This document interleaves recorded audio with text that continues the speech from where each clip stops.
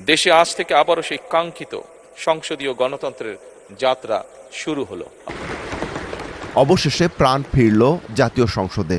12 March বেলা 11টার দিকে শুরু হয় ত্রয়োদশ সংসদের প্রথম অধিবেশন। প্রথমবারের মতো নির্বাচিত সংসদ সদস্য ও প্রধানমন্ত্রী তারেক রহমান অধিবেশনের শুরুতেই বক্তব্য দেন।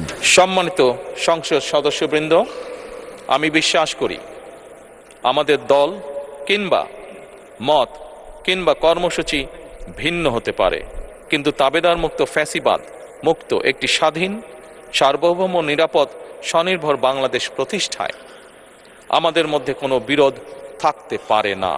বিরোধ নেই। বিতাড়িত ফ্যাসিস্ট সরকার জাতীয় সংসদকে অকার্যকর করে ফেলেছিল। আমরা এই মহান জাতীয় সংসদকে সকল যুক্তি, তর্ক আর জাতীয় সমস্যা সমাধানের কেন্দ্রবিন্দুতে পরিণত করতে চাই। নতুন সংসদের সভাপতি হিসেবে 5 বারের সংসদ সদস্য খন্দকার মোশাররফ হোসেনের নাম প্রস্তাব করেন প্রধানমন্ত্রী। আমরা সংবিধান এবং সংসদের কার্যপ্রণালী বিধির বিধান অনুসরণ পূর্বক ত্রয়োদশ জাতীয় সংসদে সভাপতিত্ব করার জন্য জনাব ডক্টর খন্দকার মোশাররফ হোসেনের নাম প্রস্তাব করছি।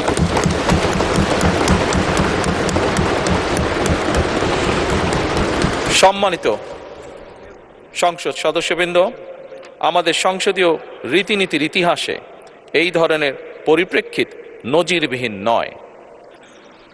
1973 সালে তৎকালীন প্রধানমন্ত্রী মরহুম শেখ মুজিবুর রহমান ওই সংসদের সদস্য মাওলানা আব্দুর রশিদ তর্কবাদীশের নাম প্রস্তাব করেছিলেন এবং তার সভাপতিত্বে বাংলাদেশের প্রথম সংসদের প্রথম অধিবেশন শুরু হয়েছিল।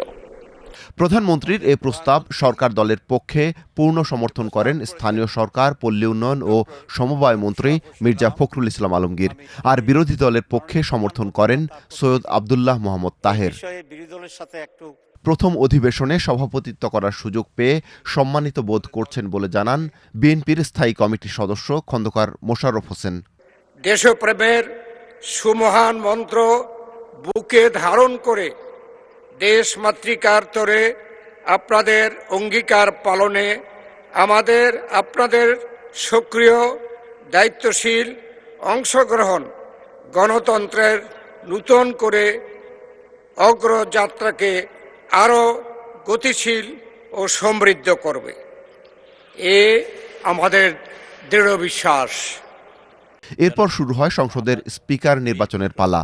সংসদের সভাপতির কাছে একটি মাত্র মনোনয়নপত্র দেয় সরকারি দল বিএনপি, যেখানে মুক্তিযুদ্ধ বিষয়ক মন্ত্রী হাফিজ উদ্দিন আহমদের নাম প্রস্তাব করা হয়। এই প্রস্তাব করেন চিফ হুইপ নুরুল ইসলাম, আর এটি সমর্থন করেন খুলনা 3 আসনের সংসদ সদস্য রকিবুল ইসলাম।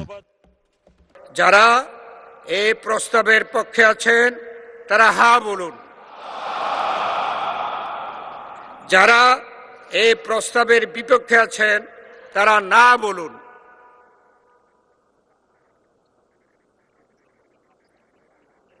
আমার মনে হয় হ্যাঁ জয়যুক্ত হয়েছে, হায় জয়যুক্ত হয়েছে, হায় জয়যুক্ত হয়েছে। স্পিকারের পর ডেপুটি স্পিকার হিসেবে সংসদ সদস্য ও ভূমি প্রতিমন্ত্রী কায়সার কামালের নাম প্রস্তাব করেন হুইপ রুহুল কুদ্দুস তালুকদার। এই প্রস্তাব সমর্থন করেন আরেক হুইপ আশরাফ উদ্দিন নিজাম। যারা এই প্রস্তাবের পক্ষে আছেন তারা হ্যাঁ বলুন,